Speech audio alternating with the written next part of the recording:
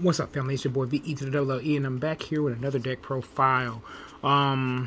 This one is a top 4 list from my locals the other day. I'm just gonna say this: he needs a lot of work, but the concept is crazy. So I already have version 2.0 in stock, but I'm not gonna show you guys that till I get some more testing. But I played Magnet Warriors. Then I'll run over my rounds. We had 4 rounds, so it was a short tournament. But I had 1 loss, and that was to Striker because we went at time game 1. But anyway, we're gonna get into it. Since y'all don't know what these do, I'm gonna start with the Electromagnetic Warriors. We got 3 Beta, even though I always call it Alpha because it's the most important one. It should be the first one you play if you have it in your hand. But Beta is essentially the Stratos for the deck, and then all the Electromagnetic Warriors have the ability they can tag out during your opponent's turn to summon a level 4 from your deck. And that's the tag out isn't once per turn, so that's really important to how the deck works. So you can search any other Magnet Warrior monster. Then you have 3 of the Alpha, which searches the boss monster of your deck. You can search Valkyrion, you can search Berserkion, but you're always searching Berserkion because you're not playing a fusion heavy build. We're playing 3 Gammas. And this list is important to have the names, but it's the weakest one by itself. But it summons another Magnet Warrior from hand. And then the broken guy, Epsilon, who makes everything in this deck run. Without this card being released, I probably would have gotten 2-0'd by everybody quite easy. But what he does is basically he's like Luna Light Tiger, where he can dump it and take the name. But the added effect is he can summon he can summon a Magnet Warrior monster or a Magna Warrior monster. So the Berserkion, after you summon them properly from your graveyard, as long as you didn't send something with that same name on your field. So as long as it doesn't have the same name on your field, you can't summon Berserkion and then reborn another Berserkion because Berserkion's already on the field. And then you can't summon back the one he sends because the one he sends, he becomes that name. Then you have 2 more Foolish Burials. The second effect that lets you summon Magnet Warriors. I don't play the Valkyrian in this list. Then we got 2 Berserkion, who's like Dark Arm on crack. So you banish the 3 Electromagnetics to summon it. That's from hand, field, or graveyard. So as long as they exist. Then he can banish Magnet Warrior cards to pop cards on your opponent's field.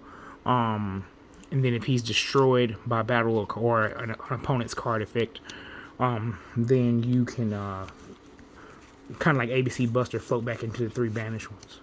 So that only came up once or twice, but usually you're in the game. Then we played a small Adamantipator engine. So we played 1 Analyzer, 3 copies of Researcher, and 2 Seeker. We probably could have gone without playing Seeker, honestly. We probably could have just played more Analyzers and more copies of... Well, we can't play any more copies, but just more Analyzers. But they were all good. They're level 3s. They help you make your Nat Beast play. We don't play Landoys, but we could have made Landoys. Then some new spice from Pote.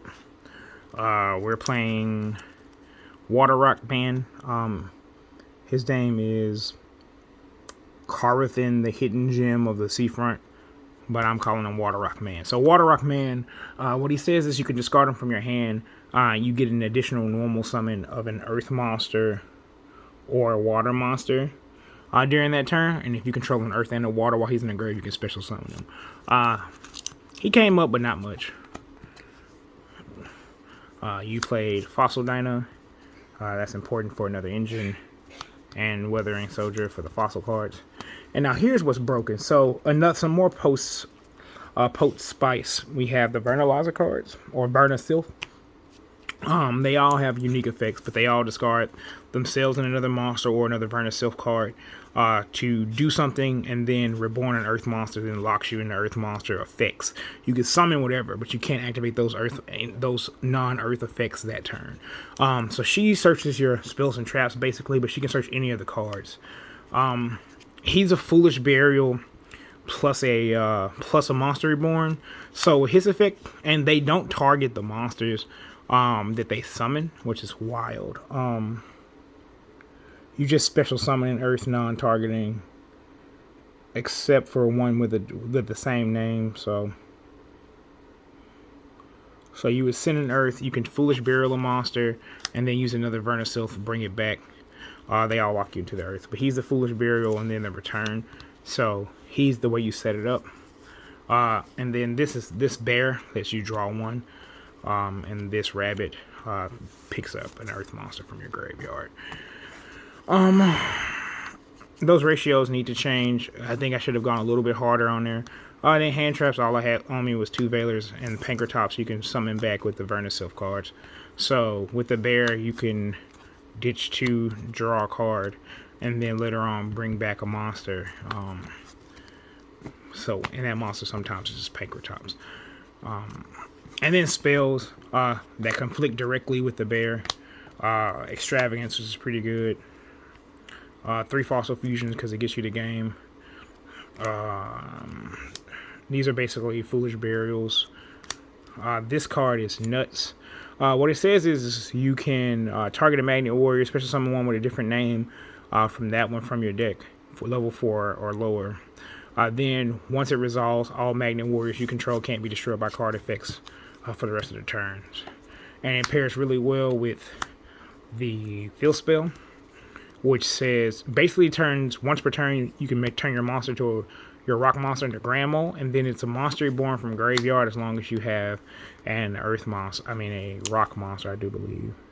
Yeah, you have to have a level 4 lower Earth rock monster. So any Adamantipator cards plus a Vernalizer card to dump a Magnet Warrior gives you a lot. So then you have 2 more Monster Reborns, and then I play 1 Droplet. Again, this list isn't crazy. Like, there's a lot of work. Imperm. This trap is nuts. You search it off the Vernalizer Fairy. But what it says is it's basically like a Super Compulse, but it's for any card. So it's your out to Mystic Mine and stuff like that. And what you do is you set all your combos up. The Magnet Warrior cards have great synergy because they tag out. You can tag out any of the level 3s during your opponent's turn, and the Epsilon brings one back from the graveyard, plus whatever monster you have from the Vernalizer cards. And as long as you return 1, so even if you have multiple cards, so you can have a Magnet Warrior plus another monster that's special summon from the grave. You can target the 2, so this is how you out your own like Fossil Dynas and stuff like that, where you target the 2 that were special summoned from the grave, and then as long as 1 is returned, you bounce both the cards your opponent controls. So as long as 1 of them returns, it bounces all of them, which is nice. Summon limit was just there, and punishment was just there. This is, like I said, it's version 1, because all the good cards are in the side deck. Mine, 2 more Droplets, Droll, which won't be good going forward, really. Then some going second cards, Dark Rulers, Evenly, Storms, and Ash. A lot of times I just sided out of like the summon limits and some of the other ratios. But like I said, this is just the first version. I'm really just recording this so I can see where I made my mistakes.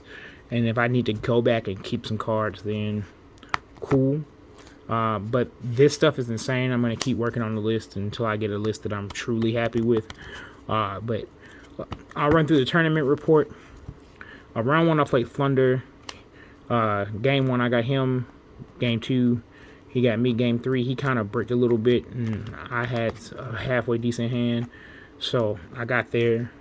Round 2, I played against... Where did I play round 2? Exo Sister. So Exo Sister, I won 2-0. Because this deck interacts with the graveyard before your opponent ever puts monsters on the field. So once you see all their stuff, by the time they put a monster on the field, it'll be able to tag when you move cards from the graveyard. You've already done everything in like draw phase. So also they don't have anything that can attack over Dyna. I think my first turn board was like Saryuja, Dyna, some other stuff. So he just couldn't break the board. And then game 2, I slotted in and had hand traps. Round 3 is my loss, is where I lost to Striker. We played a 40-minute game 1, and he had more life than me. I got nibbed twice, and still he couldn't capitalize and kill me. So I lost that one in time. And then round 4, ABC. So that is the tournament report. Like, I don't sound super enthusiastic because when I see my first list, it's always the list that I'm the least happy with. So this is just so if you guys want to try some crazy stuff out on your own, here's a shell. You can do what you want to with it. I'm already in the lab, and I have some crazy stuff I'm about to do and test this deck out a little bit more. I'll give you guys, put you on a little bit of spice.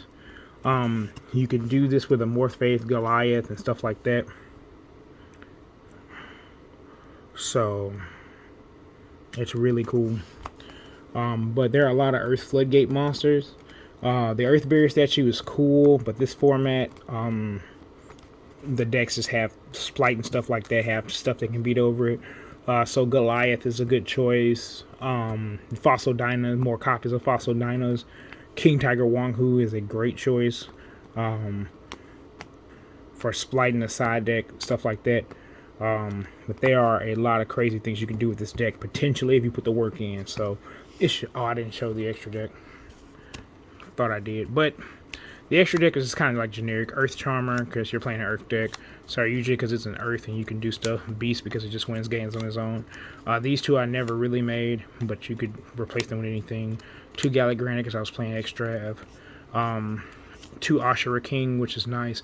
Gorgonic Guardian is really nice as well, because you can make this steel, but its effect isn't live until your opponent's turn, which doesn't matter, because if you're going first and you're building your board, you can have a board with like this, plus at the end you can add like Fossil Dyna or anything like that, and this just hits any monster, and this just hits one on the field. So you essentially have 2 monster negates, and then you can keep your opponent locked out, and they have enough attack points to put up pressure, so your opponent's just not attacking over.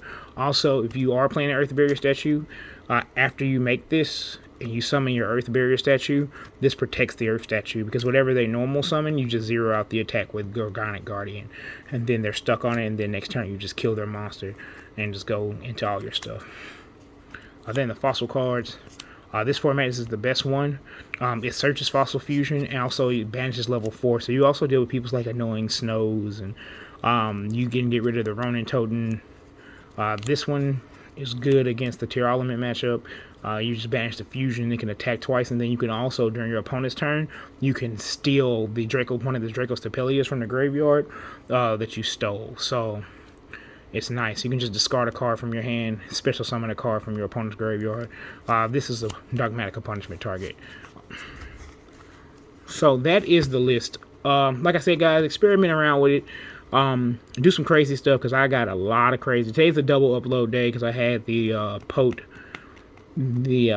first place sneak peek deck, and I'm working on all my lists. So keep it up. Just see what you guys like about these lists. I only post this stuff from my own memory, but if somebody else can get something out of it and bring me a broken idea, hey man, I'm always gonna take a listen to it. So it's your boy V to the double E signing out.